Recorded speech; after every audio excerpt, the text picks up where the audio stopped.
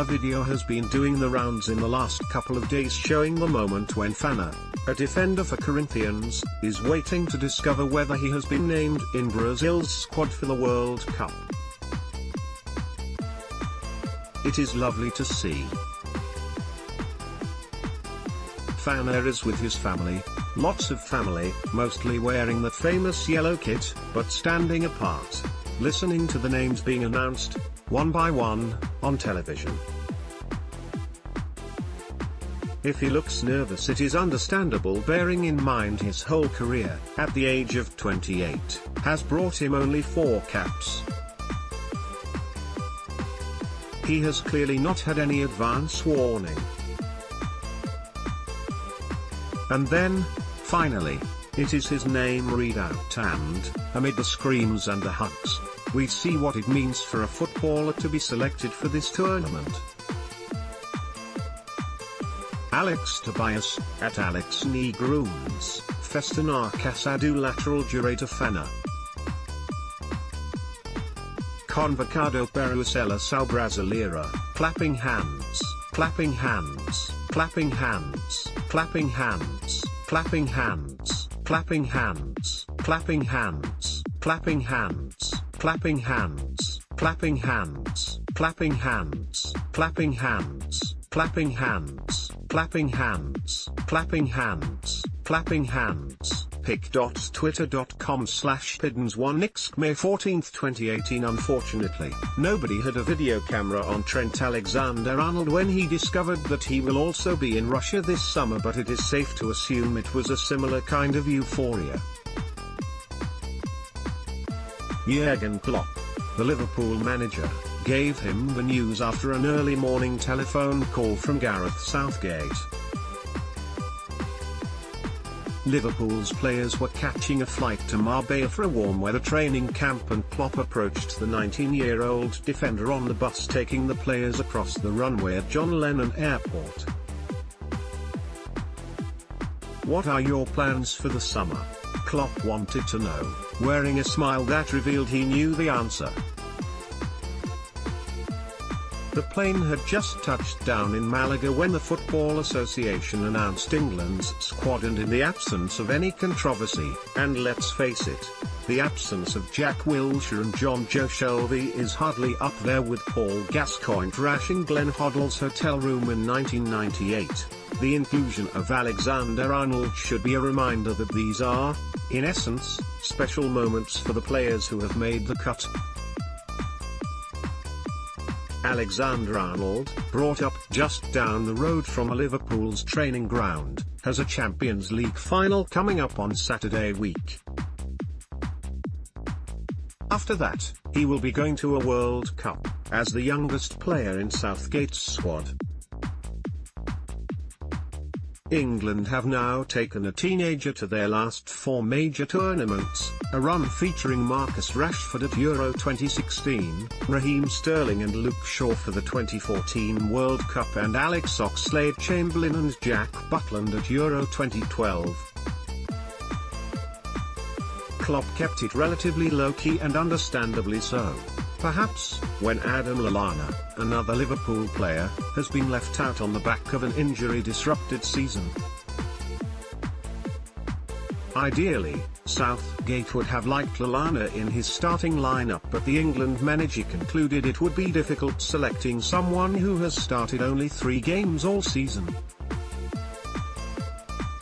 Southgate was tempted, but his decision-making throughout this whole process has been guided by the principle that if a player was not involved for his club side, he should not expect to be selected for his country. Gareth Southgate reveals England's squad for Russia World Cup. Video: Southgate made that very point in one of his first meetings with the England players, and, barring the odd exception, he has stuck by it during his 20 months in charge. His choices will always divide opinion, this being a nation of roughly 50 million England managers in every World Cup year, but at least it makes a change from the days when someone in his position could be guaranteed to pick their favourites come what may. Of the 23 players heading to Russia, John Stones, with 2 Premier League starts since 20 January, can count himself slightly fortunate on that front. Equally, could anyone muster a reasonable case for the omission of the Manchester City player? Danny Rose might also consider himself lucky to get the call ahead of Ryan Bertrand after an in-out season for Spurs. Likewise, it is not so controversial that Southgate should expect an interrogation on the subject when he holds a news conference at Wembley on Thursday. As for Gary Cahill, he had been vulnerable after falling out of favour at Chelsea, meaning he was left out of England's games against the Netherlands and Italy in March. Yet Cahill's return to the Chelsea team has been timed well and, with 58 caps, his experience counts in his favour, bearing in mind the lack of tournament know-how among the squad as a whole. Together, the players chosen by Southgate have a total of 449 appearances, the lowest of any England squad for a World Cup since 1962, when Walter Winterbottom selected a group with 322 caps. At least Lallana has made it onto England's standby list. Joe Hart, on the other hand, does not even have that small consolation, with Burnley's Tom Heaton the first reserve in case any of the 3 goalkeepers, Jordan Pickford, Butland and Nick Pope, has to withdraw before FIFA's cut-off point on the 17th of June, the day before England's opening assignment against Tunisia at the Volgograd Arena. The Fiver, sign up and get our daily football email.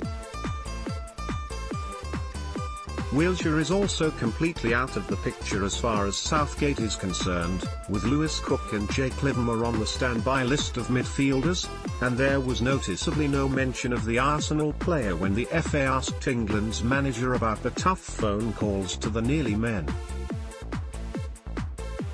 Southgate spoke at length about Hart and Bertrand but did not extend his sympathies to Wilshere. Hart and Bertrand, he pointed out, had been prominently involved in England's qualification programme.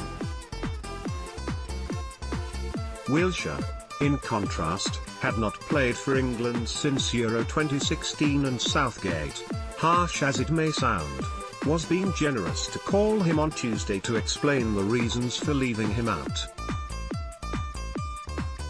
Not every manager would have felt it necessary. The downside is that England's squad not only lacks an experienced goalkeeper, an elite centre-half and an inspirational captain, but still hasn't solved the problem of finding a natural playmaker, someone to take care of the ball, the old-fashioned way. That, however, is a problem for English football as a whole, not just Southgate, and overall it is difficult to argue too vehemently with his choices. Southgate will just have to hope Harry Kane, Sterling and his other mandatory first-team picks can play at the point of maximum expression. Though the danger, of course, is that we are now entering what English football knows as the metatarsal zone.